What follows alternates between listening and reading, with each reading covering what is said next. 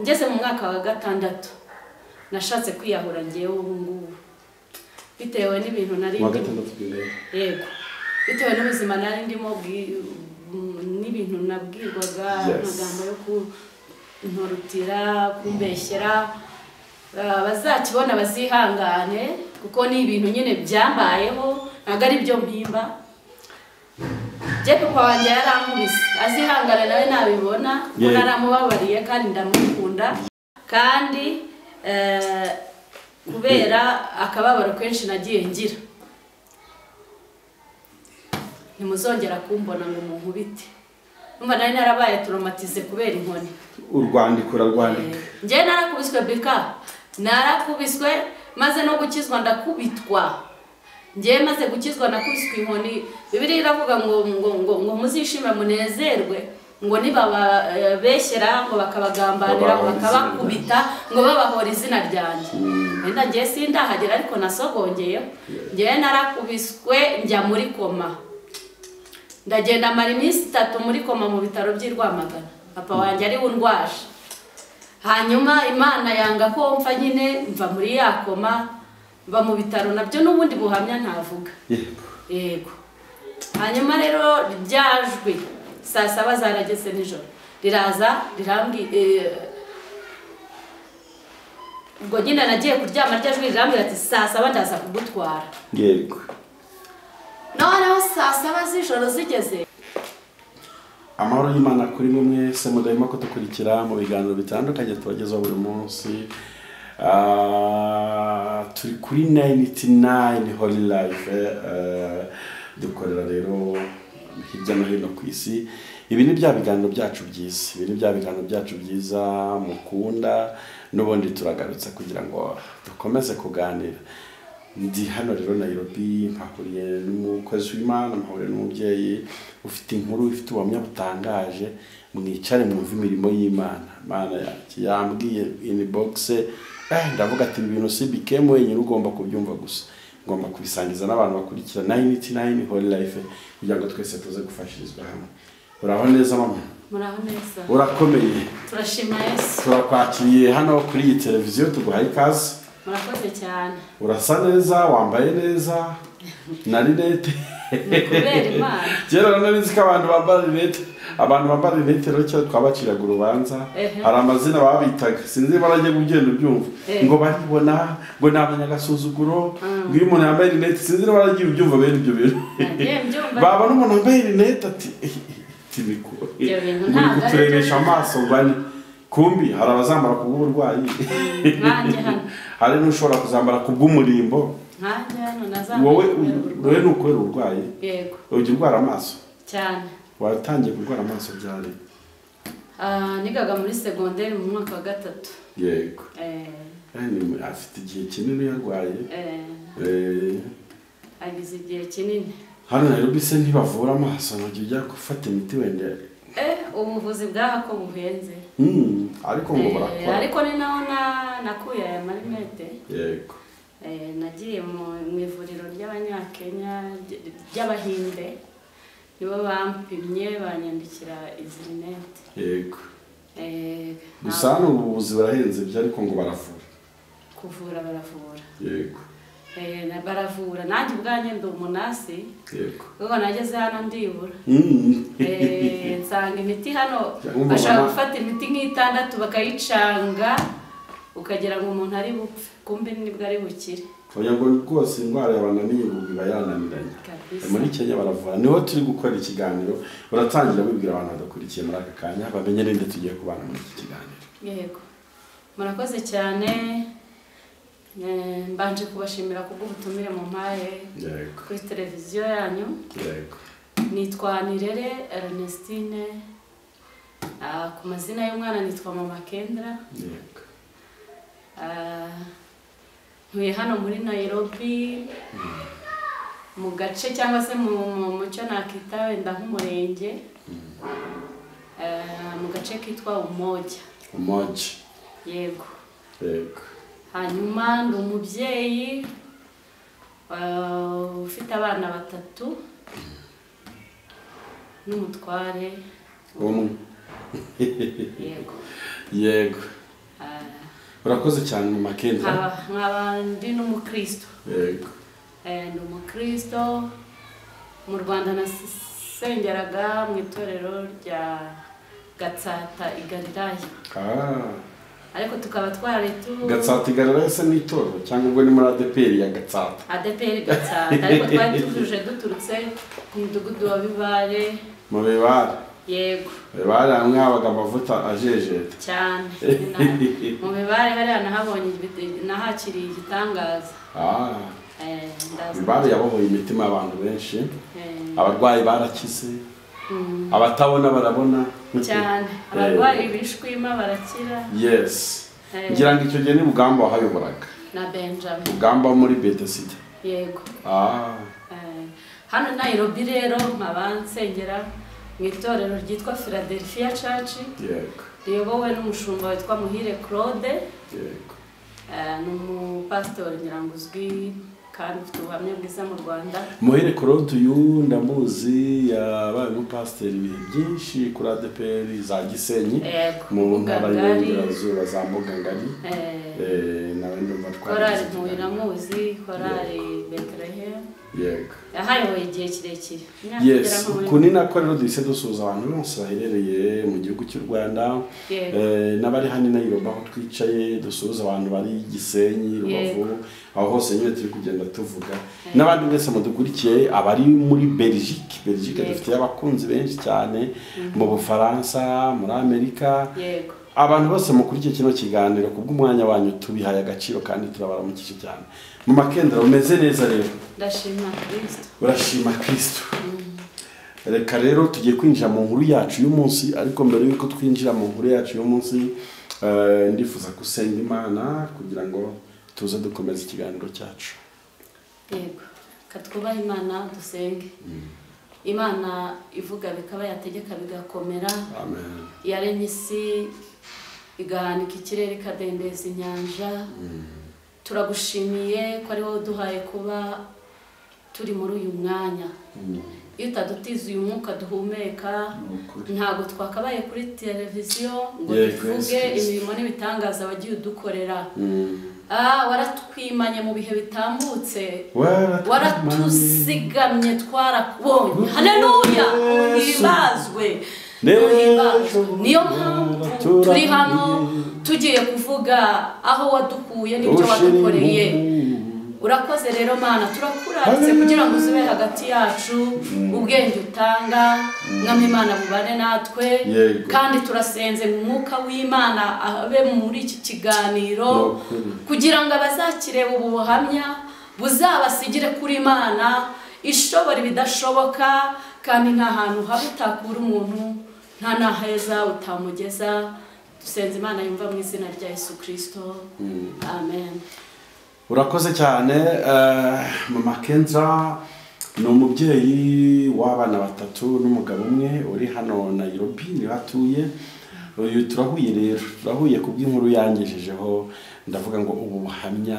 sinabusigarana njyenyine kuko hari benshi bwakomeza nkuko nanjye bwankomeje, abantu bakamenya ko nta hantu kure Imana itakura umuntu, nta nandi kure itamugeza. Mama Kendra, inkuru yawe itangirira he? Mama Kendra wiyize ufite imyaka ingahe? Niki wabwiye ukigera ku isi? Nimara kugera ku isi wenda ntangiye kumenya ubwenge, urumva nyine mu nda ya mama byo sinabimenya. Ariko amakuru nabwiwe nkimara kumenya ubwenge nuko ngewe natangiye kumenya ubwenge mama wanjye ari gupfa. Kandi mama wanjye akaba yaringa umusinzi, ariko kuri finali kuri finali akaza kwihana. Ntekereza ko yagiye mu ijuru. Ndabyizera ko wari umuzi. Ntago muzi. Wigeze umenya mama? Urumva yapfuye ndi mu myaka nk'5, 4. Nta bintu byinshi muziho. Ariko histoire hari abantu bagiye bayimpa. Tubana na mama bwari ubuzima ngo butari bwiza. Butari bwiza kuko mama wanjye ngo yakundaga icupa kaduta mu nzu turi utwana dutoya, ariko nyine Imana yari yaraturindiye mu nda ya mama iraturinda na nyuma yuko apfuye nyine Imana ngiye mpagararaho twabaye nk'abatatani kuko twese buri mwana wese yari afite papa we naringiye kubaza ngo ko ntari kuvuga papa mu inkuru urumva ngiye papa wanjye nyine naje kumumenya ngeze nko mu myaka 7 mwari bangahe waruvuze ngo buri mwana yari afite umupapa we bambwiye ko twari abana 3 yego nimba atari 4 kuri mama yego yego 2 bafite papa wabo b'abahungu yego hanyuma abakobwa natwe buri umwe wese agiye afite papa we yego ngewe rero urumva umuntu unywa inzoga byari byose kunywa inzoga abantu babimenye bigendana n'izindi ngeso zose mbi yego birashoboka ko nyine yajyaga no mu bagabo yego hanyuma nyine akaba ariyo nayo mpamvu wenda twavutse muri ubwo buryo tutavutse ku mupapa umwe yego rero mama wanjye ngamaze gupfa twabayeho igihe gitoya dusa n'abirera ariko ngiye gusenya mpura na nyogokuru nararwaye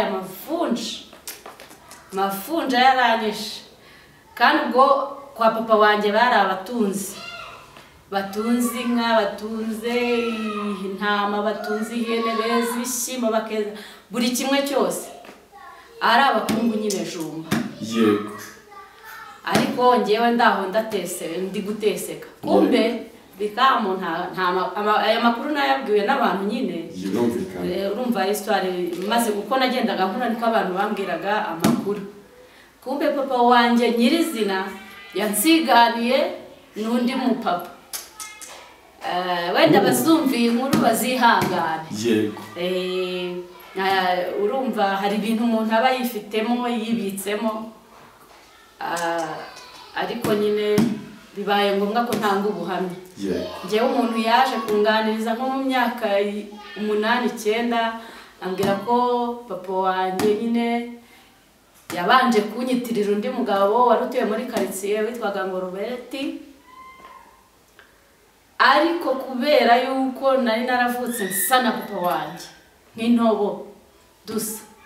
mpuye na mama we ariwe nyogokuru yego ahita abona ni imfura ye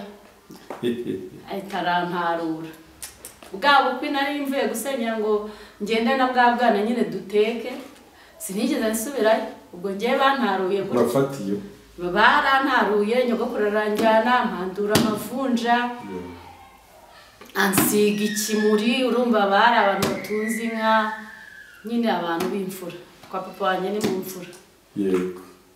bansiga ikimuri nyine imvunja zirakira yego gusa iki kirenge hamenya ko cyarwaye imvunja hanyuma rero bantangiza ishuri ku myaka 8 yego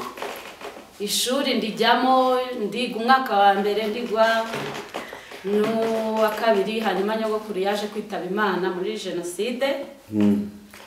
amaze gupfa ubwo n'ubundi rero niho inzira y'umusaraba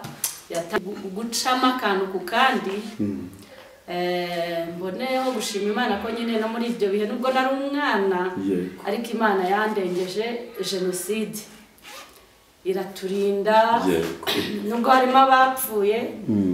ariko abapfuye bo mu muryango nabari bari mu karere kandi katarako twari dutuyemo yego twagize umugisha wo kurokoka hanyuma rero ubwo ngewe kuko nyine nyogokuru yari ameze nkaho ari we mama wanjye apfuye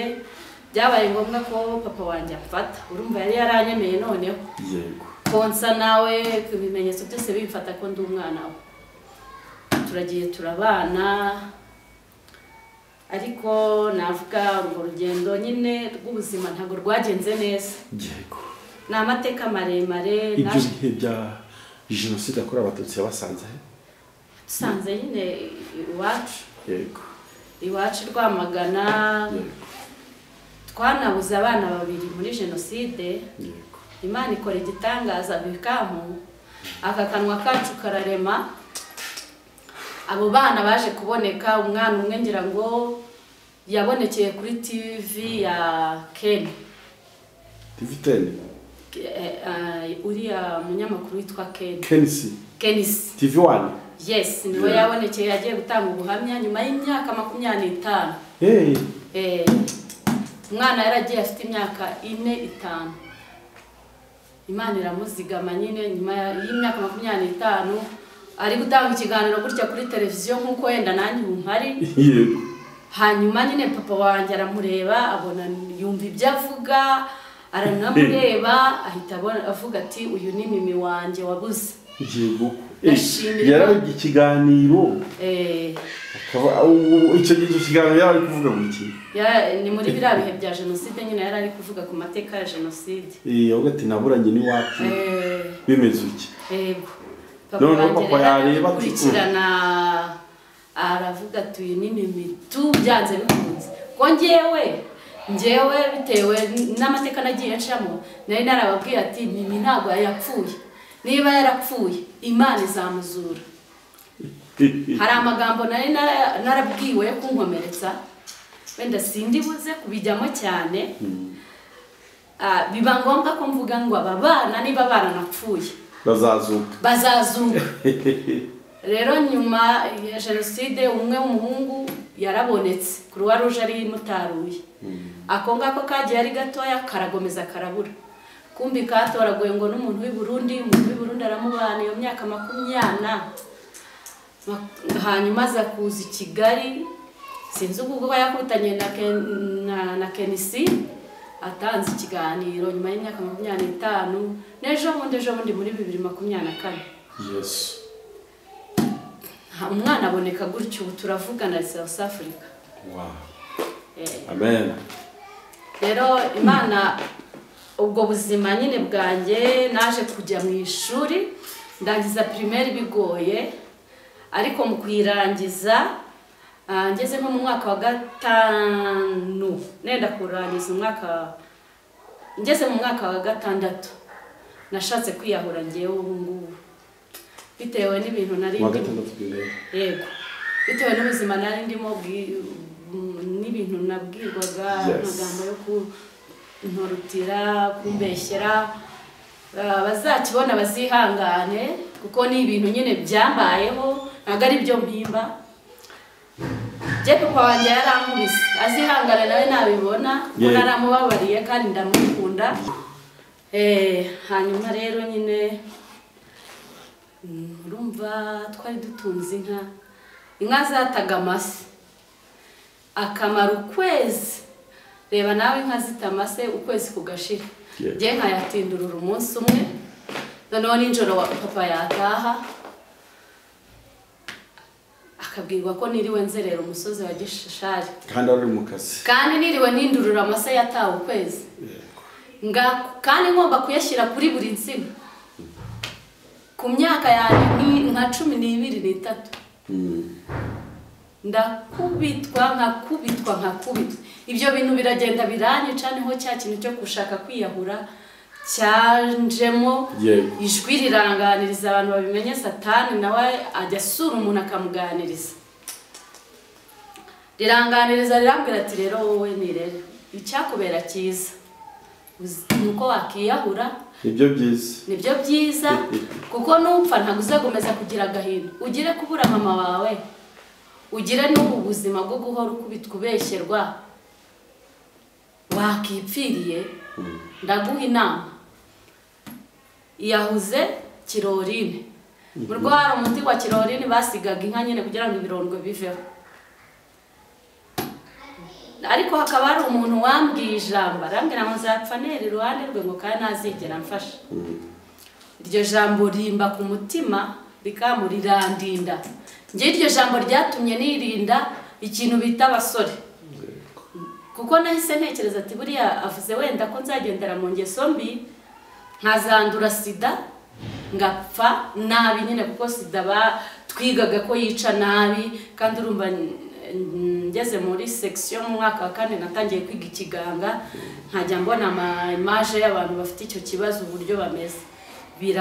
biramfata bindinda kujya mu nzira mbi z'ubusambanyi. None hari iryo jambo niryo ryabigizemo imbaraga cyane we yari yaringiye azingwa arankomerekeje ariko kumva Imana irishyize muri ngewe kugira ngo indinde ntazagira yarana urumva ngewe uburyo navutsemo bwari uburyo bw'uko ndi umwana w'ikinyendaro yego yarana yuko ndi ikinyendaro ntazabyara umwana w'ikinyendaro ubundi ibyo bintu bikunda gukurikirana yego hanyuma rero byajwe rimbwe ngo niyicishe kirori ndabyanga ririnda haza rimpitishamo kwiyahuza uruzi afite masenge banje bagi murambi kwa Gatete jenoside president wari uriho mbere ya president wacu yego agipfa yapfuye agipfa ngo mu mugoroba ngo masenge babyutse babica babashyize mu cyobo cy'ikiziguro bafashe famiye n'abana 12 yararabyaye harukukamo 3 babapakira imodoka bose baragenda babarunda mu cyobo cy'ikiziguro kaba yari yankundaga yari yarampromisinze kuza mbera mama yego yari yarambwiye ko azambera mama ntazigira ngira agahinda azaza kantwara jenoside iramutwara ubwo rero uryajwe rirambwira ati n'ubundi wari kuzakubera mama wawe yarapfuye kandi atuye ahantu hari uruzi rwakwica rukagutwara wagenda nk'umuntu uyoboza ukagenda ukayoboza uruzi mwamuhazi ukagenda ukarwirohamo ruzaguterera rimwe ruguterere kabiri ruzahita rukwijyanira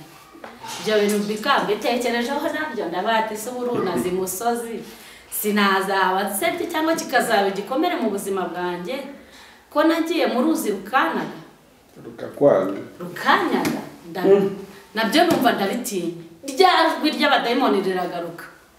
rirambwira ati noneho reka nkugire inama iruta izindi boha umugozi wa metero 2 numara kuwuboha ngiye nzaza gutwara ari saa 7 z'ijoro nkujyane mu ishyamba nzakwereka ishyamba uziciramo kandi bizaba nk'ibintu by'iminota uhita uruhuka ryo ryambwiraga ko ari ukuruhuka ariko nta kuruhuka k'umuntu wiyahuye kuko Bibiliya yarambwiye ngo ikuzimu nta mirimo nta n'imigambi bihari kandi nyine urumva nari gupfa niyambuye ubuzima yego rwose kurimbuka ni Gehinomu hanyuma rero ko kumugozi nabonye ari shuadira naciye imigwegwe ndayifubura umugozi ijugunya ndariboha rya metero 2 iwacu ibyo ntabyo bazi nguye ndariboha barebe iki kiganiro nibwo bazabimenya ndariboha biki yego ndariboha mbere urabyegeranye yego ndariboha ijwi ryari ryambwiye ati nzandika agapapuro ndarane nako saa 7 z'ijoro azaza iryo dayimoni nyine rizaza rintware rinjane mu iryo shyamba nyine njye kwimanikamo ariko nsubiye inyuma gato yego buriya Imana nari narayikunze kera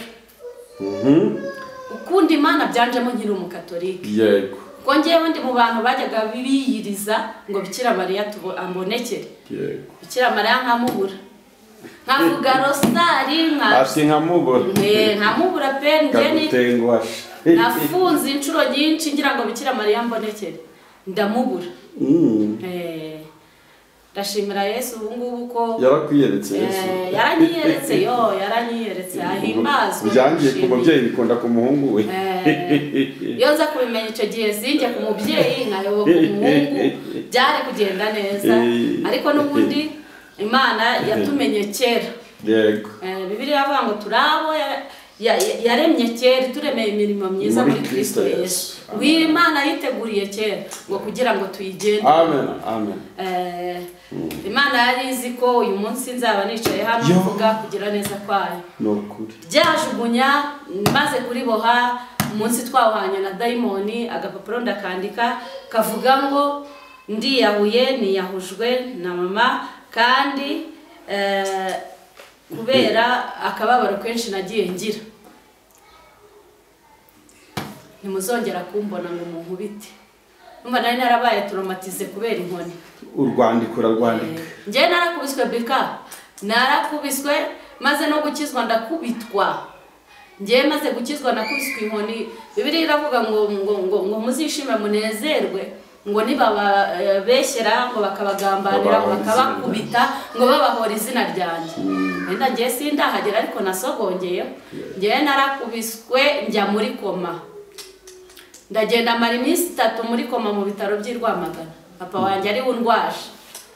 hanyuma Imana yanga ko mfa nyine mva muri ya koma mva mu bitaro nabyo n'ubundi buhamya ntavuga yego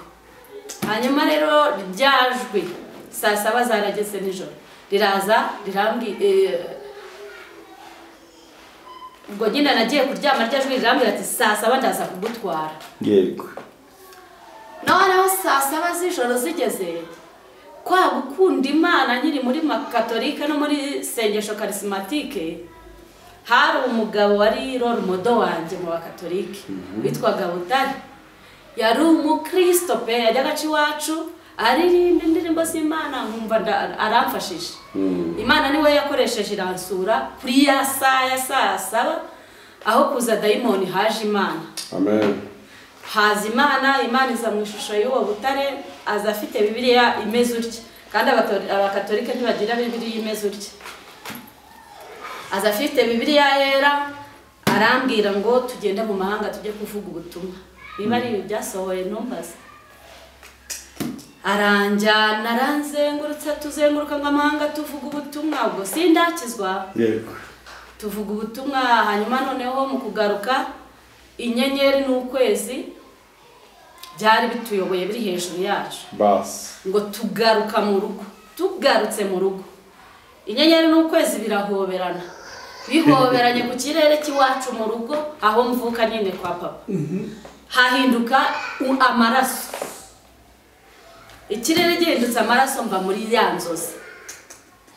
mvuye muri ya nzozi ndebye za nzozi ndebye mbona bwakeye ni saa 12 za mu gitondo basi nkanguka mu mutima wanjye nibwo numvise ijwi